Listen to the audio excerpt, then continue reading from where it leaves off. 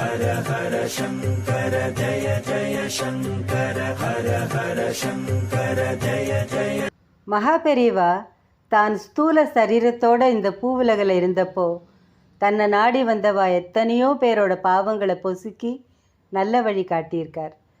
அவள் சொல்லாமையே தன் ஞான திருஷ்டினால் அவளோட குறைகளெல்லாம் உணர்ந்து அதையெல்லாம் போக்கிறதுக்கு உரிய வழிகளை சொல்லியிருக்கார்.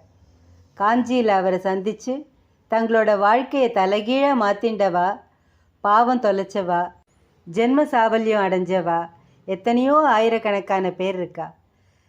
தினம் நூற்றுக்கணக்கான அதிசயங்கள் காஞ்சியில் நடந்த வண்ணம் இருந்தது. ஸ்தூல சரீரத்தோடு தான் வாழ்ந்த காலத்தில் தான் பெரியவா நமக்கு வழிகாட்டினார்னு இல்லை, சூட்சும சரீரத்தில் கூட அவர் இன்னமும் அருள் புரிஞ்சுட்டு தான் இருக்கார். ஒரு நடுத்தர வயது தம்பதிகள் மகாபெரிவாளை தரிசனம் பண்ணுறதுக்காக வந்திருந்தா. அவளோட முகத்தில் நிறைய ஏக்கம் இருந்தது.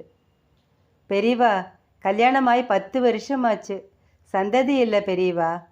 பெரியவா கிட்ட தன்னோட குறைய விண்ணப்பம் பண்ணிட்டு அமைதியாக நின்றுருந்தா. மேலே சொல்லுங்கிற மாதிரி பெரியவா அமைதியாக பார்த்தார்.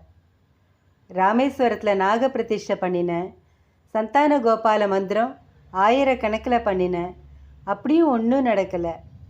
பெரியவாளை தான் நம்பி வந்திருக்கோம். உன் பாட்டி எப்படி செத்து போனான்னு தெரியுமோ? வந்தவருக்கு சாட்டையில் அடித்தா மாதிரி இருந்தது. இத்தனை பேர் முன்னாடி அதை எப்படி சொல்கிறது? சங்கடத்தில் தவிச்சார்.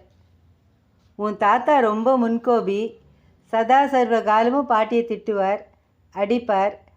அவர் அட்டகாசம் பொறுக்கலை. ஒரு நாள் உன் பாட்டி கொல்ல கிணத்துல விழுந்து தற்கொலை பண்ணிவிட்டா.